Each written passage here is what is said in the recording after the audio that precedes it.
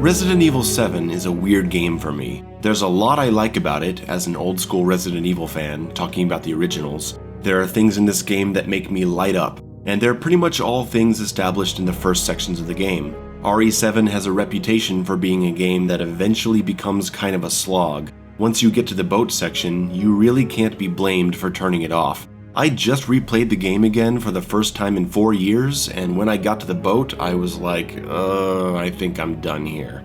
So I want to focus on the opening areas of RE7 and the classic magic it captures, something I'm hoping for in RE Village. I know some people have already played it with review copies, but I'm staying away from spoilers. The very first part of RE7 is questionable. It's basically a long, fake interactive cutscene, which you know I'm not fond of if you're a viewer of this channel. What I mean is that there really isn't any gameplay, no fail states. You're walking through the woods, walking through the kitchen, watching a video. You're not actually watching a video, you're controlling the cameraman in the video, which is still just walking. You're not actually doing anything. Then after the video ends, you're walking around some more, finding your girlfriend, following her. I have more patience for this kind of stuff in the setup to a slow-paced horror game than I do, say, an action game or a shooter, but RE7 goes too far in its slow cinematic build-up and makes repeat playthroughs agonizing. A new player's experience could easily be an hour or more before you get to the real gameplay. There is no option to skip this intro section, you can't skip any cutscenes, even on repeat playthroughs. Not good. At least the atmosphere is consistently creepy. Things really get shocking though when your girlfriend attacks you and cuts your hand off, something no one sees coming, and now you have to fight her one-handed in this dark room where she's cutting through the walls with a chainsaw. It's an effective way to start things off.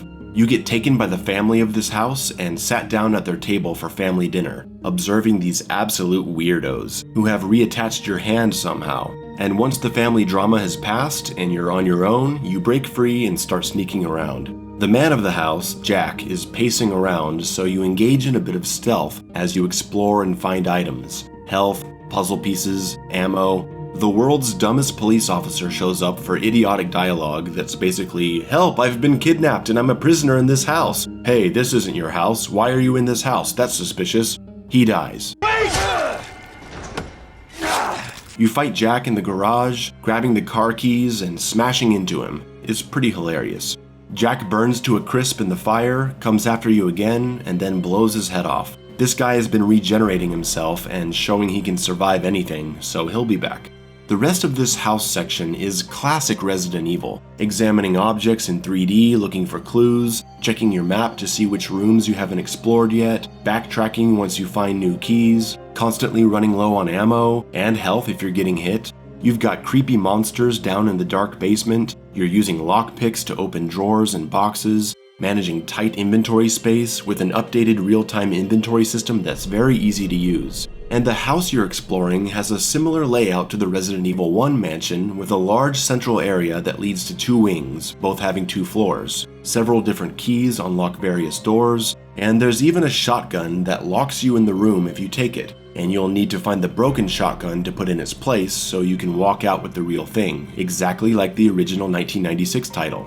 The opening map of RE7 is such a nostalgia trip and proves the original game was so well designed that it can easily be updated and incorporated into a modern game. RE7 even preserves the classic survival horror quirk of powerful weapons that you could completely miss. All the old games were like this. If you didn't explore the mansion and enter this optional room and find the grenade launcher, well, you just never got the grenade launcher and the game was much harder. If you didn't find the shotgun in the subway of Silent Hill 3, well, you can't go back to the subway, so have fun playing the rest of the game with the pistol. These games were hardcore. Your survival absolutely depended on your exploration and a keen eye. Half the fun of a survival horror game is the exploration, and if you don't engage in it, you're gonna have a bad time. The weapons in RE7 are pretty satisfying. The pistol is kinda puny, but I like that. It's not an action game, and I like that the pistol doesn't feel powerful because you shouldn't feel powerful in the first parts of the game, though there is the enhanced handgun ammo. The shotgun is awesome. Absolutely love it. The secret double shotgun is godlike and so satisfying, and I really like the grenade launcher. Unless you're pretty smart with your crafting, you're not going to have a lot of shots with this thing, so every time you use it, it feels important. I really like the puzzles too. They are your standard Resident Evil style puzzles. Not very challenging, but not brain dead. Silent Hill with its scalable puzzle difficulty is definitely tougher. Part of the fun of a good Silent Hill game is sitting there for 20 minutes piecing together the clues of a riddle, talking it over with a friend and thinking up solutions, and feeling clever when you solve it. The piano puzzle in Silent Hill 1 is a great example of this. Resident Evil puzzles usually just take a little curiosity. I like these 3D puzzle pieces where you have to rotate them just the right way to cast a shadow on the wall to match the painting. That's pretty cool. There's a secret door under this bed and a clock with movable hands. The clue says that it's the same hour as the rest of the clocks in the house, so just keep an eye out for a clock as you're exploring, or go back to the one you remember seeing before, and you'll be fine. It's not a hard puzzle, but it at least requires some effort from the player. If this were Alien Isolation, the clock would be to your immediate right on the wall, and you could just enter the time without doing anything. The boss fight with Jack and the chainsaw I find to be underwhelming and clunky. I think some of the clunky feeling comes from the tight field of view, which even on PC cannot be widened. I guess it's okay in a horror game, but sometimes the action gets up in your face and a wider peripheral view would make things feel much smoother. I actually don't like any of the boss fights in this game. I especially don't like the one with the mother as she walks around like the creature from Wreck and you just gotta shoot her while fending off bugs. It's kinda bad.